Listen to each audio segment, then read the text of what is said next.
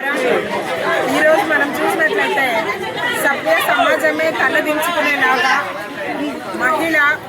దళిత మహిళ అయిన నా గురించి ఒక పబ్లిక్ మీటింగ్లో ఎమ్మెల్యే థామస్ గారు మాట్లాడటం జరిగింది. ఇది చాలా బాధాకరము. ఎందుకంటే ప్రజల చేత ఎన్నుకోబడి గౌరవమైన ఎమ్మెల్యే స్థానంలో ఆయన ఒక మహిళ గురించి అలా మాట్లాడటము రాష్ట్రంలో ఉండే ప్రతి ఒక్క మహిళను మీకు ఎంత గౌరవం ఉండేదని తెలుస్తుంది. థామస్ గారు, మేము ఒకటే విషయం తెలియజేస్తాను. మీరు ప్రజల చేత ఎన్నుకోబడినారు. ప్రజలకి ఉపయోగపడే పనులు చేయండి. ప్రజలకి మన వల్ల పేదవాళ్ళు మనల్ని నమ్మి మనకి ఓటు వేసినప్పుడు వాళ్ళకి కావాల్సినట్టు మీరు చేసి అభివృద్ధి కార్యక్రమాలు చేయండి. అంతేగాని కాన్సన్ట్రేషన్ అంతా కృపాలక్ష్మి పైన వదిలేసి కాన్సన్ట్రేషన్ కాన్స్టిట్యుయెన్సీ పైన చేస్తే బాగుంటుందని నేను కూడా అనుకుంటున్నాను. అదేవిధంగా మనం చూసినట్లయితే థామస్ గారు అంటున్నారు, ఆయన ఏం మాట్లాడుతున్నారో ఆయనకి అర్థం కాని పరిస్థితుల్లో ఆయన మాట్లాడుతున్నారు. అండ్ ఒక్క విషయం ఏమంటే, ఆయనకి ఎన్ని మాట్లాడినా ఆయన విఘ్నతకే నేను వదిలేస్తున్నాను. ఆయనలాగా మాట్లాడడానికి మాకు కూడా తెలుసు, కానీ మా చదువు సంస్కారం మమ్మల్ని అడ్డుపడుతుంది.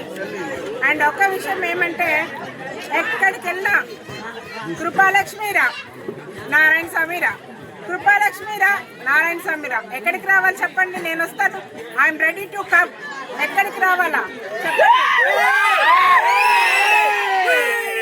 అండ్ వన్ థింగ్ ఏమంటే, మీరు పేదవాళ్ళ గురించి ప్రజల సమస్యల గురించి ఏ మీటింగ్లో మాట్లాడతారో లేదో నాకు తెలియదు, కానీ 24 గంటలు ఒక మీటింగ్కి వెళ్తే నారాయణ స్వామి సిట్టు కాలు పట్టుకున్నాడు, నారాయణ స్వామి సిట్టు కాలు పట్టుకున్నాడు.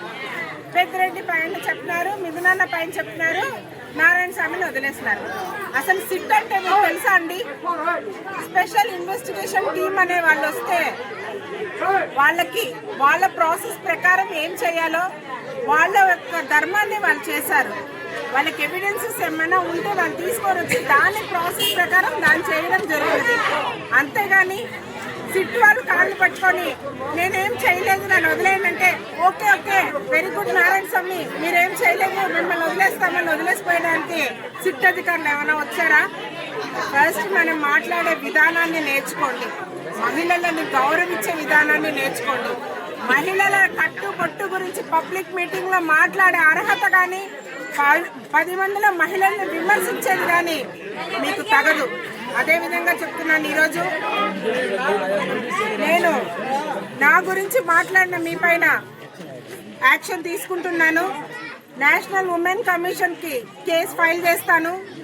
అండ్ ఎస్సీ కమిషన్ కూడా నేను వెళ్తాను. నాకు జరిగిన అన్యాయానికి న్యాయం జరిగేంత వరకు నేను పోరాడతాను. దయచేసి థామస్ గారికి ఇంకొక విషయం నేను చెప్పదలుచుకున్నది ఏమంటే, కృపాలక్ష్మి పైన కానీ నారాయణ స్వామి గారి పైన కానీ ఇంకొకసారి వచ్చి మీరు విమర్శనలు చేసినా, మీకు ఇష్టం వచ్చినట్టు మాట్లాడినా మహిళా లోకం అంతా దీన్ని గమనిస్తుంది. అందరూ మీకు దగ్గరలోనే బుద్ధి చెప్పే రోజులు కూడా వస్తాయని నేను మనస్ఫూర్తిగా తెలియజేస్తున్నాను.